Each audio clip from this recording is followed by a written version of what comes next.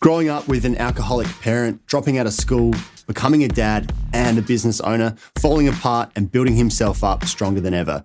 That's Jesse's story in a nutshell, but there's much more to it than that. I kind of created this saying around the time, define or refine.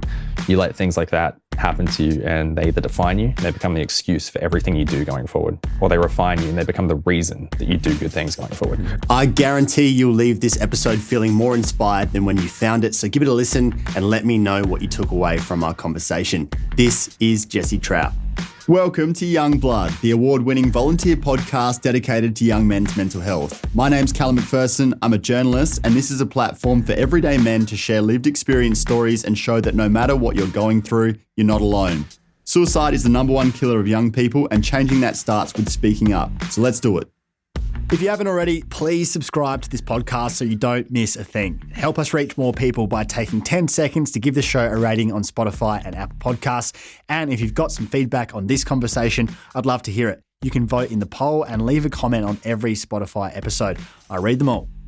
This episode is proudly sponsored by NB&A Group. NB&A has a single focus: to support and guide people on their path to recovery from injury and illness, whether it's mental health or physical education programs, treatment or restoration following injury or illness. They can put together the right services for education, recovery, and return to work. Learning mental health first aid is as essential as physical first aid. This training supports people to spot the signs, have the confidence to provide initial help, and guide a person towards support. It's about learning to listen, reassure, and respond to the warning signs of depression, anxiety, psychosis, and substance use, potentially preventing a crisis. Check out their training and recovery options and services at nbassociates.com.au or Google NB&A Group. This show touches on some tough topics that may provoke strong emotions. If you find anything in this chat distressing, please do whatever you need to do to look after yourself. Jesse, what did your mum's alcoholism do to your childhood? Wow, it's such a complex, situation. As I think I mentioned off camera, it was kind of a Jekyll and Hyde situation where I would have these 3 hours grace period in the morning where I had the most loving, sweet lady you've ever met that everybody loved. And then for the rest of the day, I had this borderline psychopath who'd throw plates and belittle us and yell at us, and we'd have the police called or ambulances rocking up. She's attempting to take her life. And that was a mixture of, alcohol and prescription medication and long-term abuse to those things. That was just, created this spiral of negativity in our life. And was that always the case? It was always the case. It's kind of led to me living in a position now where I constantly wait in relationships for things to go wrong because I was so used to things seeming great and then flipping out of nowhere but not knowing when they were going to flip. Yeah, so it's hard for you to trust that things are going to be all right and have that stability. Exactly, that people like me. It's a big, side effect of it. It's constantly feeling like people don't like me and having to prove myself to the people around me, which has been pretty tough. So feeling like you need to search for that validation. Yeah, constantly searching for that validation and feeling like I'm not enough and then trying to do as much as I can to make sure I'm helping everyone around me to kind of make up for what was missing there, I think. When would you feel loved by your mum? Those first couple of hours in the day, first time I'd see her in the morning before she'd started drinking, but that could start at any time. Normally I'd get just before school. I'd go to school when it would start or just before work. And not every time. Sometimes the hangover would be too bad and she'd be yelling at us. But in that period, she could be the best human you've ever met. And did you understand that it was because of alcohol and drug use or not quite? I think I understood quite young. It was like the alcoholism and the drug abuse. It wasn't until I was a lot older that I understood the mental health side of it as well and realized it wasn't as simple as just she was addicted to alcohol and loved alcohol more than us. It was that she was trying to cover up something herself. She was trying to suppress some feelings that she was having. And not that made it any better learning that, but it was nice to understand it, I think. But understanding that she was sick and to a point not choosing it. Yeah. More a slave to it. Yeah, exactly. Yeah, realizing she was a slave to it and it wasn't a choice definitely helped a little bit, I think. So what was it like for you to grow up around that energy? It was this constant state of fear. And the way I feel like I best describe it to people is it's kind of like having a knot in your stomach before you go to a job interview, except for I had it until I was 18 and moved out of home. And I literally have this memory where me and my partner at the time had moved out and into our first rental property and just having this moment of relief that I'd never felt where this knot had untied. And I was finally at peace to the most I'd ever been at peace. And I could sleep through the whole night without having nightmares or without waking up multiple times. And it was just gone. Because you would have normalized having that knot there. Well, that's it, because I didn't know like when I was going to wake up, like to an ambulance or to her screaming or fighting with my stepdad or something bad happening. I just knew it would happen, just not when. So you must have got some real poor sleep quality pretty much your whole life then, just being on edge. Yeah, it was a constant thing. And obviously, being a teenager, it's already pretty bad. So adding that in, it just got worse and worse. Where was your dad through this time? When I was younger, I would see my dad sporadically, sometimes fortnightly, sometimes once a month during that period. And then as I got older, he ended up spending a short period of time in prison as well. So I didn't get to see him during that time.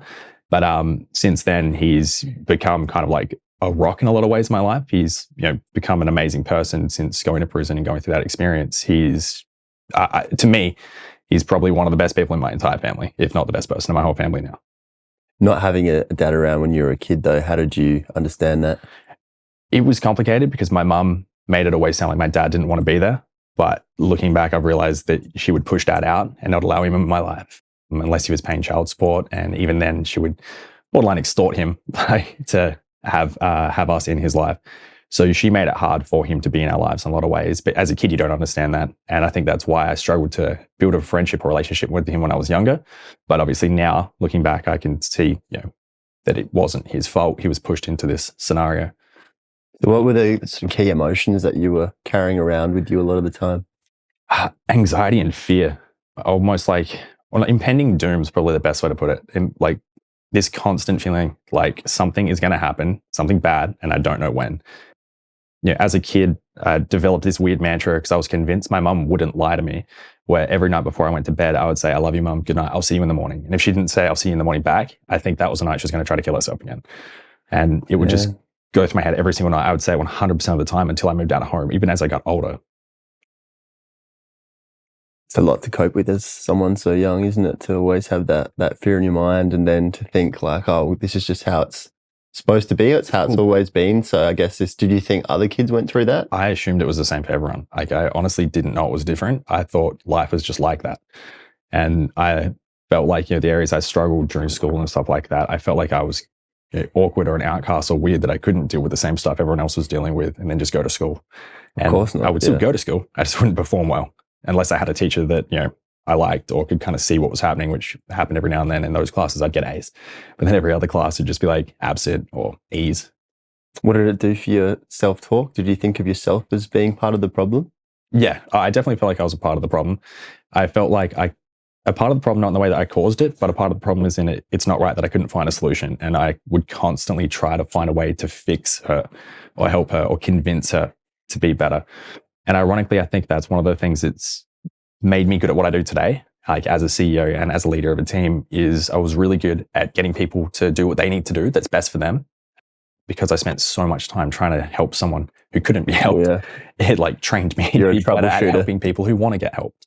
Yeah. You're plugging holes, but you were sort of playing that adult role rather than the other way around. 100%. Yeah. How did you perceive the world around you in general?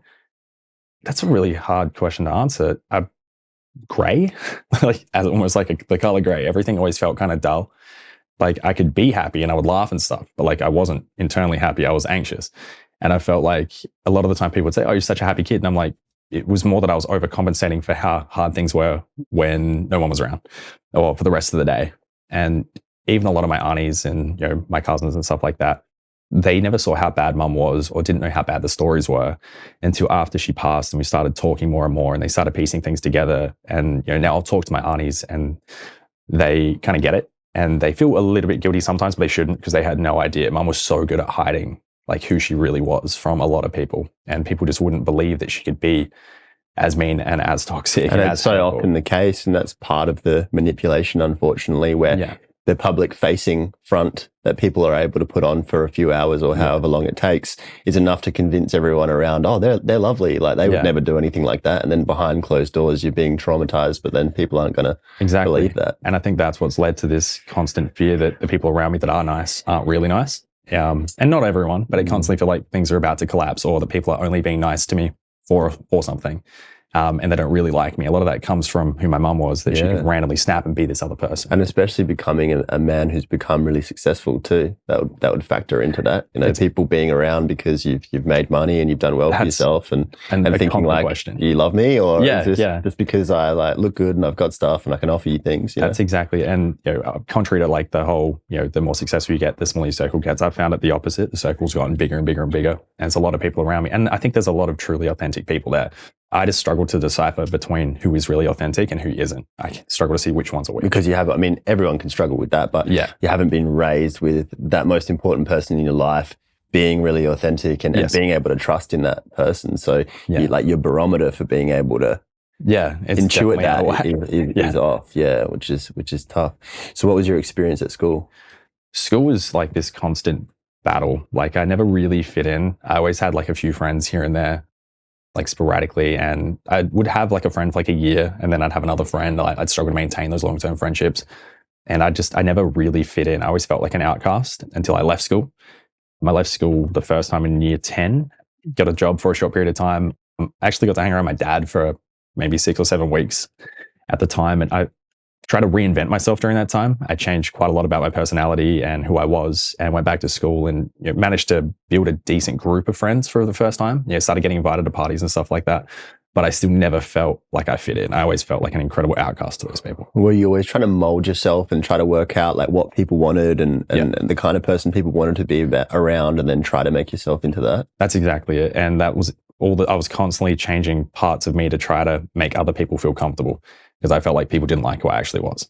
Did you feel like you actually knew who you actually were? No, I don't think I really knew who I was until 2 years ago.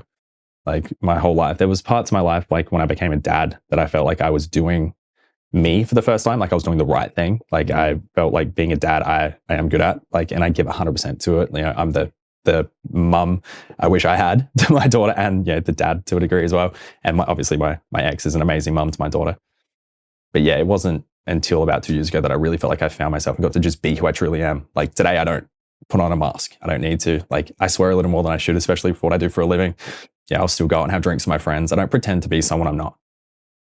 And it's kind of like, it's nice feeling authentic for the first time. Have you always been someone who prioritized wanting to care for others? Yeah. I want to help the people around me as much as I can constantly, because I feel like if I can help them, I'll feel good. And I can't pretend it's completely altruistic, because I feel good because they feel good.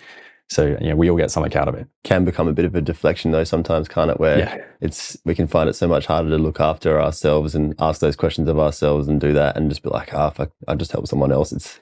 Tell them what they should do. That's exactly, for lack of a better word, 100%. If I can help someone else through their day, maybe I don't have to worry about how bad my day was. Yeah. So why did you drop out of school? The first time was purely I wasn't fitting in. I didn't have a lot of friends. I didn't relate to the people around me. I felt like everyone didn't like me. Did you get bullied at all? I did up until I left school the first time. When I came back to school and I kind of reinvented myself, that stopped happening. And that's when I realized that I could change parts of my personality to make other people be nicer to me, which in reflection is probably a negative. It's probably not great to think I wasn't authentic to myself. But it also survival mechanism, right? And exactly. It helped me survive through that period, and you start building a group of friends. And some of those people I'm still best friends with today. Like my business partner Jason, he was a high school friend. And Haley, we're the tightest group of friends, and we were friends since we were 16. What were you conditioned to think being a man was? Because your dad wasn't around much. Then you had a bit of a relationship with him when you were a teenager. Like, how did you piece that together? To be honest, like I saw almost every masculine trait as toxic.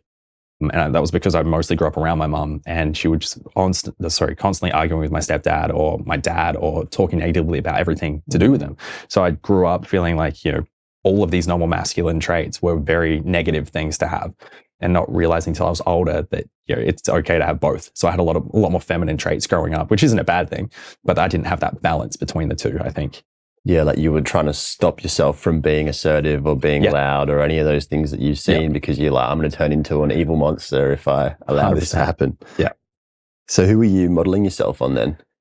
That's a great question. I don't think anyone.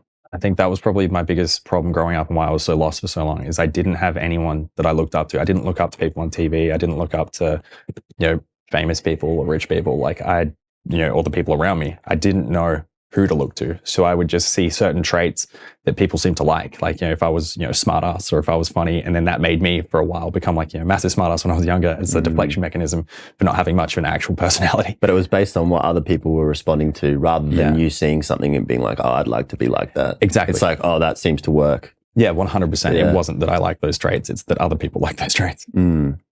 So how are your personal relationships over the years then? Like if you're pretending a lot of the time, or you're putting on a front to try to win people's affection. Yeah. Obviously that was pretty strong in school, but as you moved like into your 20s and you had relationships with women and that sort of thing. So obviously my ex Emma, the mother of my daughter, we're best friends now. We broke up around the time my mum took her life.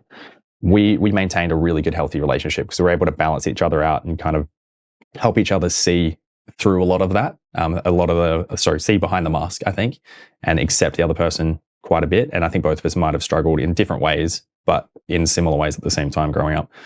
And then outside of that, my longest term friendship outside of Haley and Jason, Jason being my current business partner, was my old business partner. And I think he suffered from the same stuff as me. And because he suffered from the same stuff as me in a lot of ways, we were both masking by adapting to other people's needs. And that allowed us to get along well because we were both doing the same thing. So we became very similar people for that reason. And, today we're not the same friends as we used to be. But I think that's because both of us have become more authentic versions of ourselves today. So was your ex-partner your first girlfriend? Yeah. So we were together for 12 years from roughly around the time I was 18, 19. And we had a little girl 7 years ago.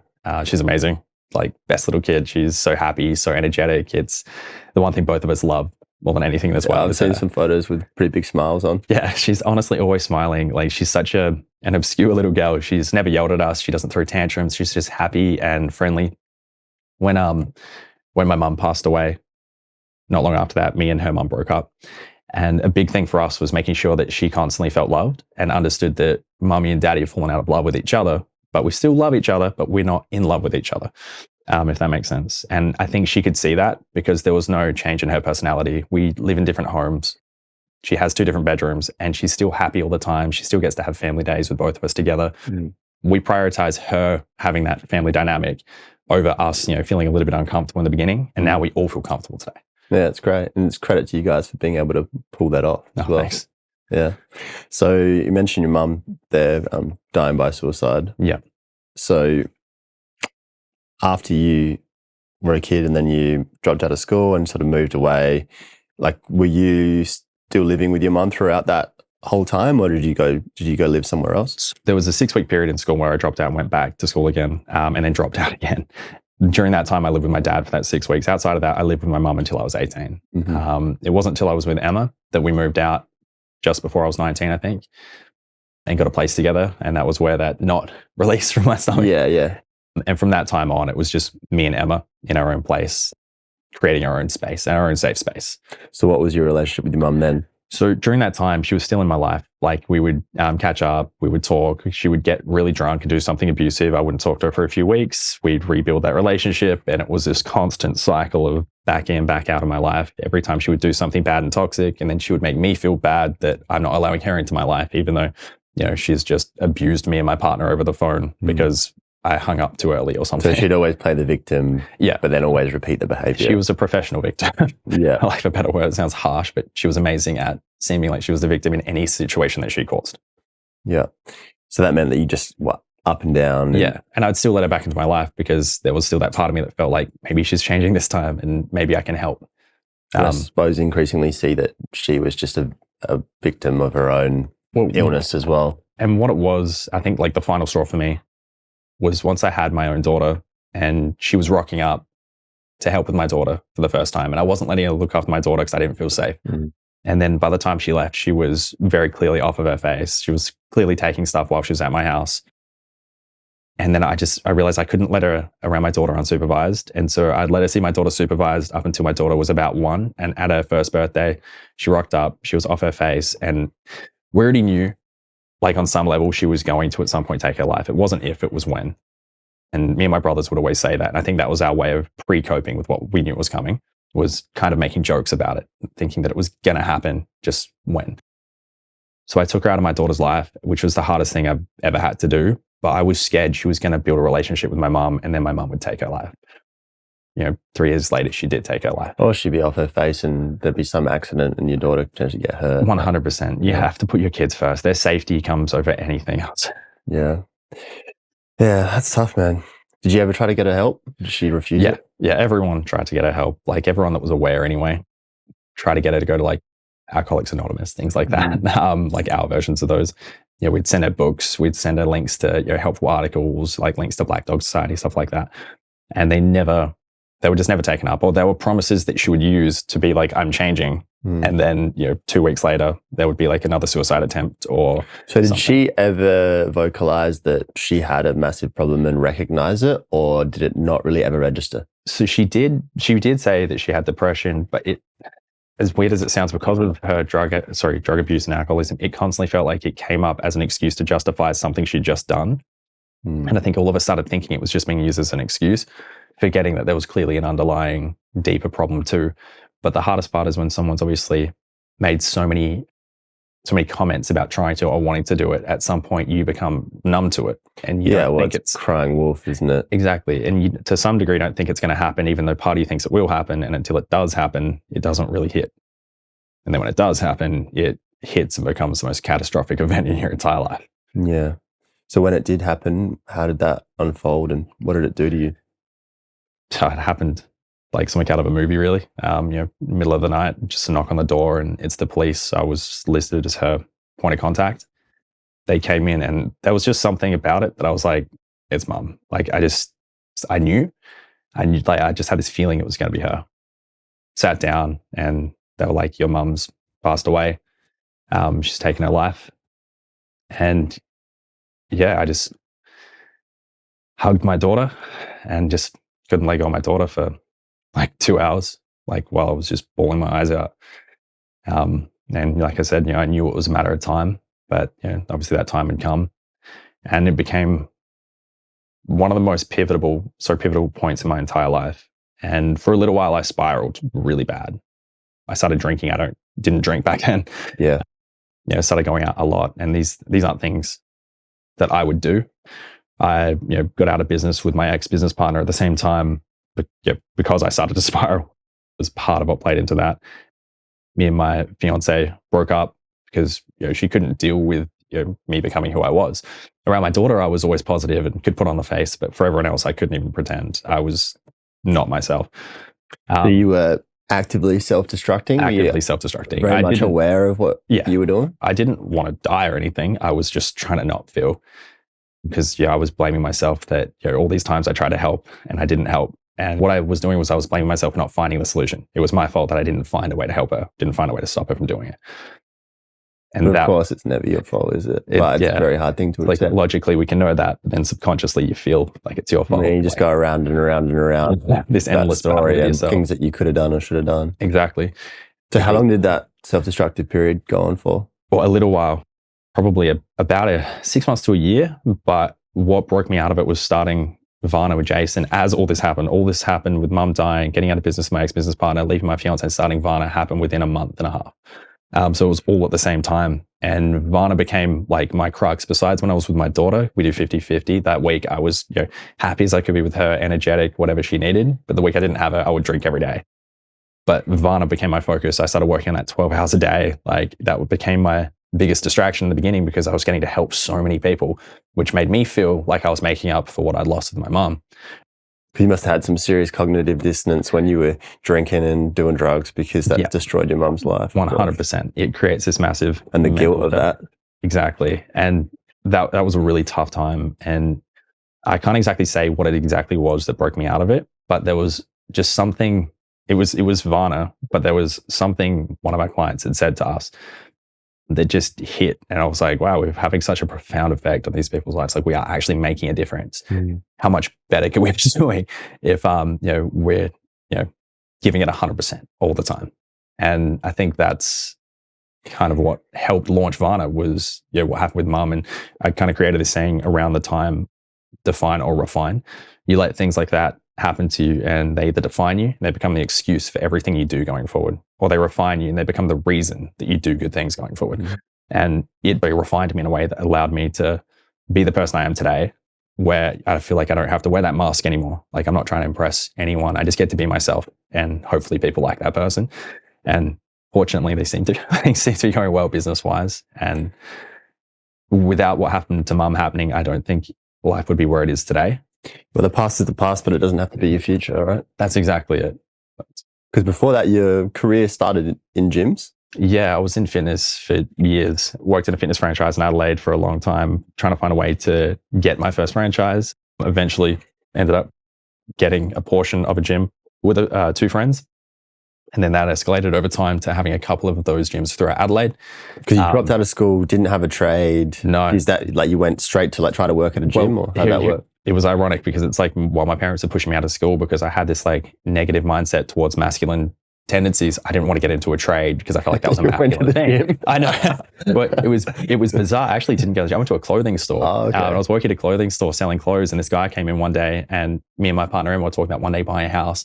I knew I needed a full-time job, and I sold him a bunch of clothes, and he's like, I think you do really well on like gym membership sales. And I'm like, I don't really like the idea of sales, but I'll try it. And then I did. And I guess my different tactic of selling was just being authentic. I'd make jokes about the price, make jokes that it's really just eating healthy. You don't even need to go to the gym. Most people's results come from just eating healthy. And I think because I was just being really authentic about it instead of sticking to the sales process, everyone was just saying yes because it was refreshing. And I just took off, did really well, and just kept getting more and more opportunities from that, like just off the back of each other, and slowly over 5 years, worked my way to owning a gym. And then, a few years later, owned a bunch of them throughout Adelaide. When along the line did you actually start training yourself? Training myself was probably around 25. I was training before that, but I'd never had abs. I don't want to become too much of a man, right? yeah, well, that's kind of what it was. And then I remember one time I was watching TV, and I was like, my partner's checking this guy out, and he had abs, and I was like, I can fix this myself. The competition anxiety. Exactly. So it became a reason to start training, I think. And then I just really enjoyed it. And I found out after a while, there were quite a few toxic traits to training too much. You never really are happy with the way you look, and body dysmorphia. Body dysmorphia kicks in more and more, and working in the gyms was worse because you see so many people coming in. But at the same time, it's become a fundamental part of who I am today. Like, I still train 5 days a week. I only do half-hour to 45-minute sessions because I feel like if I'm going to the gym every day, I can earn going out for dinner, every weekend or every second weekend. Yeah. Or if I want to go out for drinks with friends, like, if I'm going to the gym every day, I can go out for drinks with friends. Yeah, and it's also just good for your mental health. 100%. Like, I've noticed the weeks where I haven't been able to train for one reason or another, I just don't feel quite the same. And like, I go to the gym, I don't even listen to music. I put my headphones in and play nothing on it because I like to just relax and I like to switch off. And it's nice it's almost like my yoga in a way. Well, it's a vice in itself. We just get some space. It's like adult recess, really. Yeah, that's adult recess. And obviously it suits you being a business owner. Yeah. What does it mean to be a business owner, and how have you been able to navigate all that? It's such an interesting path. Like, having no formal training obviously meant that it was trial by fire, and I would have to fail and learn from my failures over and over again instead of learning like most people do by studying and by learning from other people's failures. So that was interesting, but I never failed the same way twice. I never made the same mistake twice. And I think that's the biggest thing in business, is accepting that you will fail, you will stuff up. But as long as you don't do it twice, it doesn't really matter. If you do it twice, maybe we've got to reevaluate things. But that's been a huge thing for me. It's helped me get to where I am today. And every week we grow. And we had the same thing with the gyms as well. Every week we would grow. We never had weeks where we didn't grow.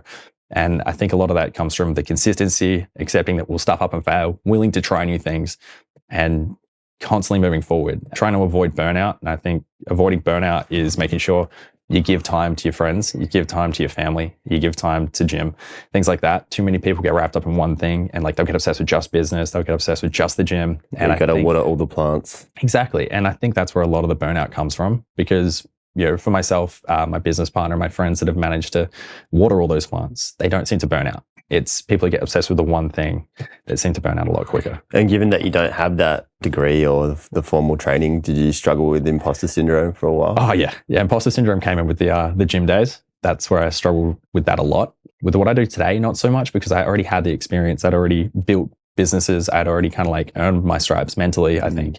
So when we started this, I never had that fear. And even though we started from scratch, we started with no money, we started with no loans, like everything started right from scratch. I never once had a fear that I would struggle to eat. I was like, we'll find a way. And after leaving my ex, leaving the gyms and everything, there was a long period of time in there where I had no money. I was couch surfing with family and friends while I was starting this new company, because I felt like I needed to have that true, authentic experience of starting from scratch and rebuild my life and build who I actually am, instead of like who I had pretended to be for years. And within 6 months, went from couch surfing to having our first place, and to today, where things are going really well. The business is growing rapidly. We're currently looking at expanding into state. Every single week, there's some new really cool thing happening, or some cool story where we've helped someone's life change, and it's just filling that cup up constantly. Man, you've done so much for someone of your age. It seems like you've been very self-taught as well. Like you've always just found a way to do stuff, but I'm a big believer. It's not an easy way to do it. I mean, it's everyone has to figure it out for themselves in the end, but it's like you haven't had much guidance, and you've just winged it, and your natural talent and your persistence and the relationships you've been able to make, you've been able to pull it together. And obviously the person you are, but far out, it's pretty unique.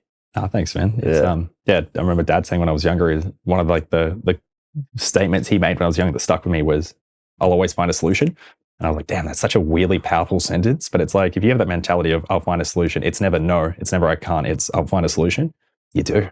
And I guess you were forced to through your whole life, which is a silver lining to something that was really difficult to live with.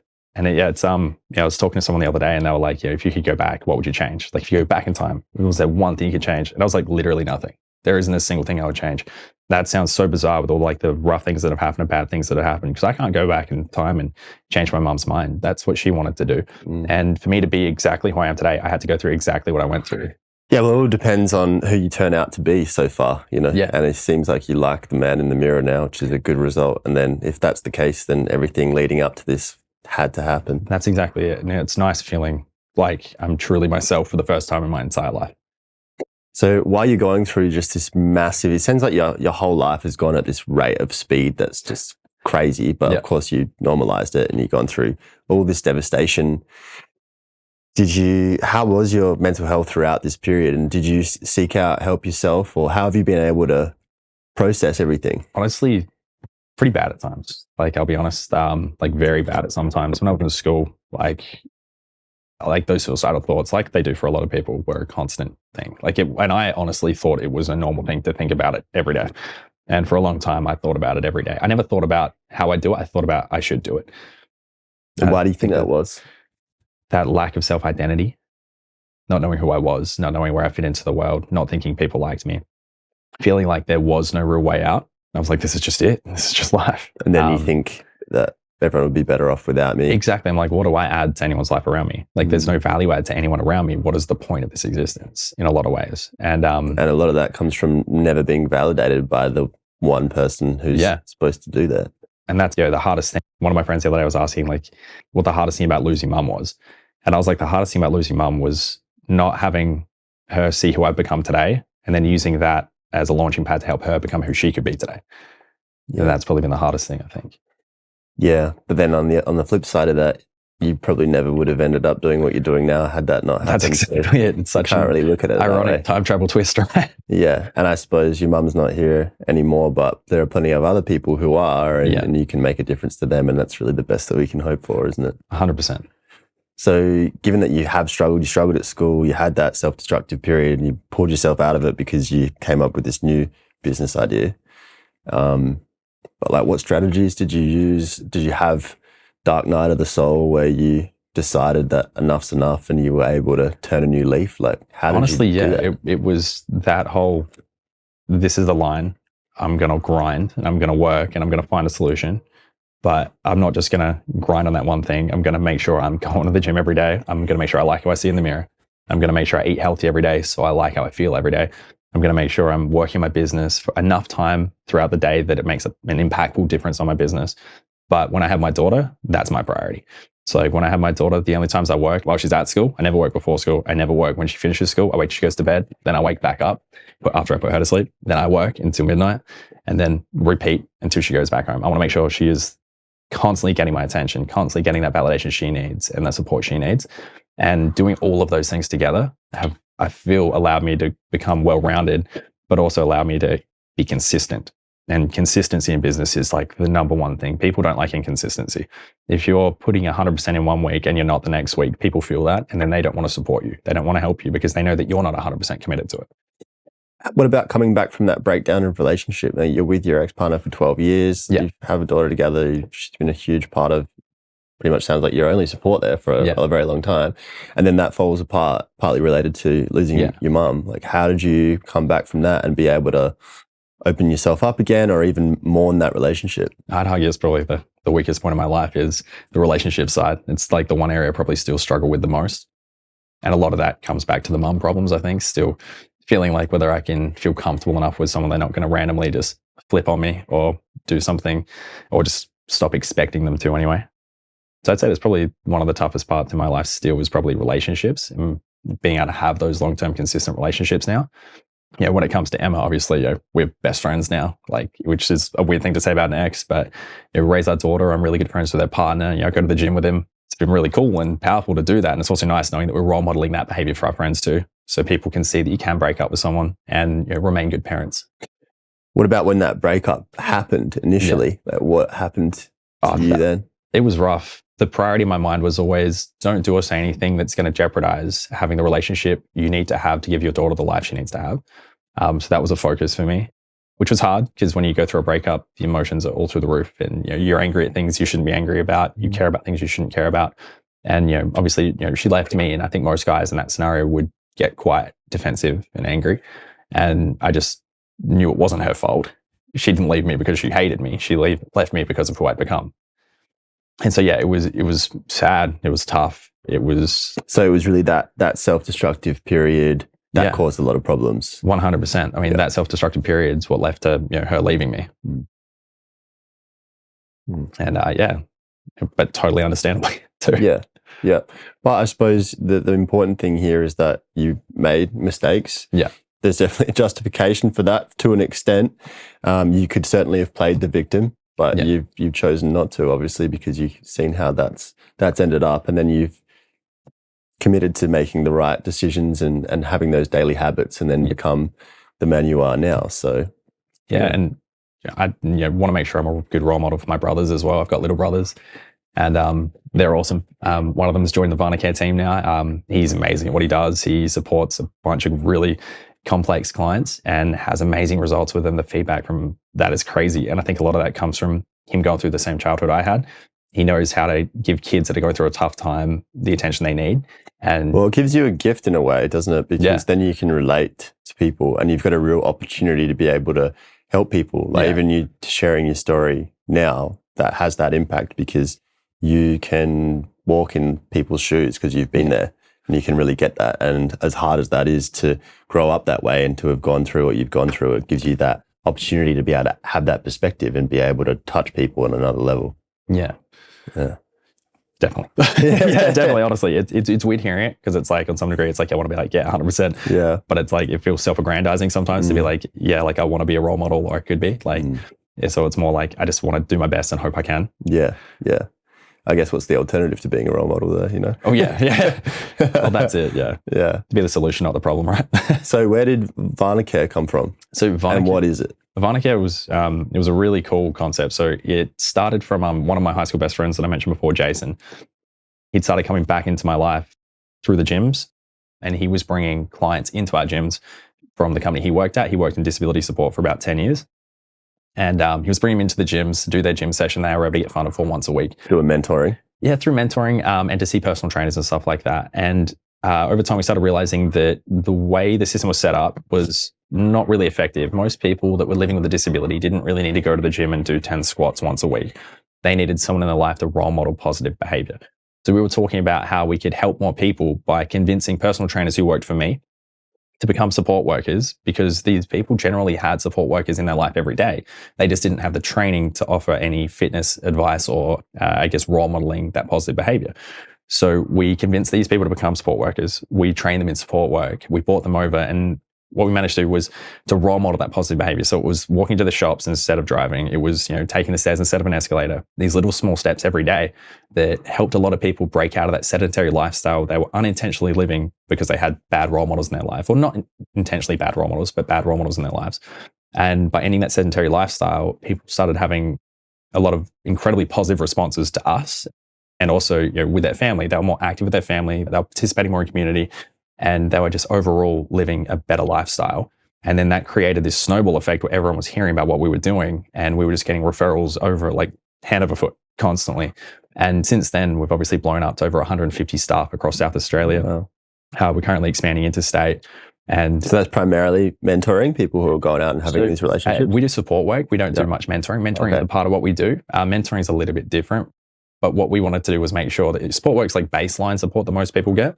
We wanted to make sure that at that baseline support, they were getting way more with us than they could get anywhere else. And a lot of that was having, goal-oriented personal trainers join our team. Now, today we've expanded into such a large area that we support all needs. So we've brought people in that don't have backgrounds in fitness, obviously, but at the same time, we're able to help those core people that joined us, with these amazing, energetic people who have a background in health and fitness. And have you done that on the ground bit, or you've done the managerial aspect? Yeah, I started, when we started, I was working on the ground, I was working with clients, and that was the best thing that we've ever done. We try to maintain that as well. Me and Jason try when we can to make sure we're still getting out and hanging out with clients, hanging out with that team while they're with clients as well. I don't even like using the word clients. I like saying the people we work with. I'm just using it because it's an easy point of reference for a conversation.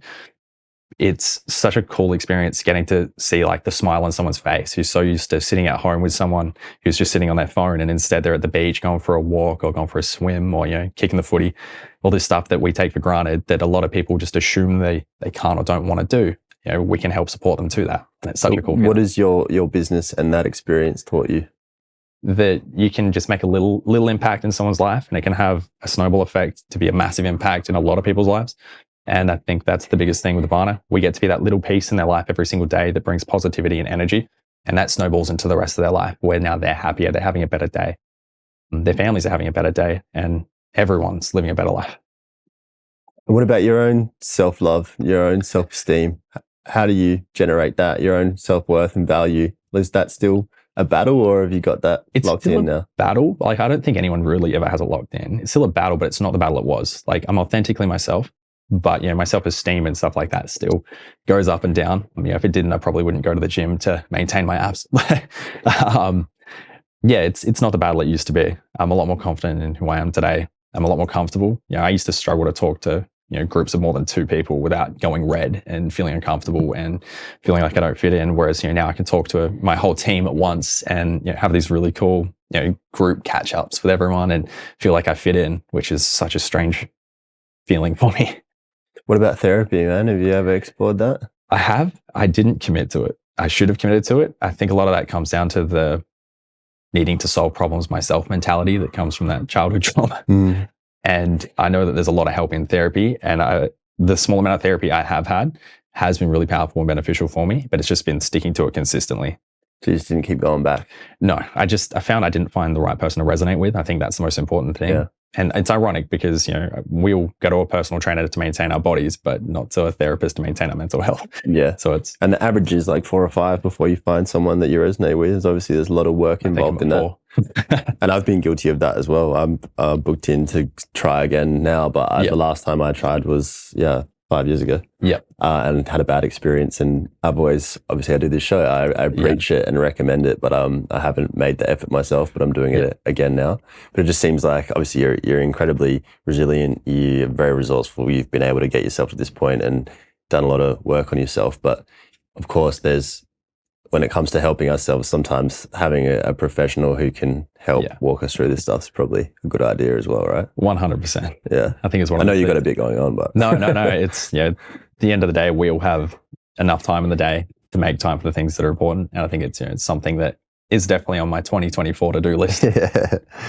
Yeah. So where are you at now with everything? How are you seeing life, and what are you sort of striving to do? And well, I've mentioned before that, things used to feel kind of gray and things feel so bright now. Everything feels like it's just so vivid. There are so many colors, and it sounds weird to say that, but my memories when I'm younger are gray. Like they're dulled out, like they're not happy.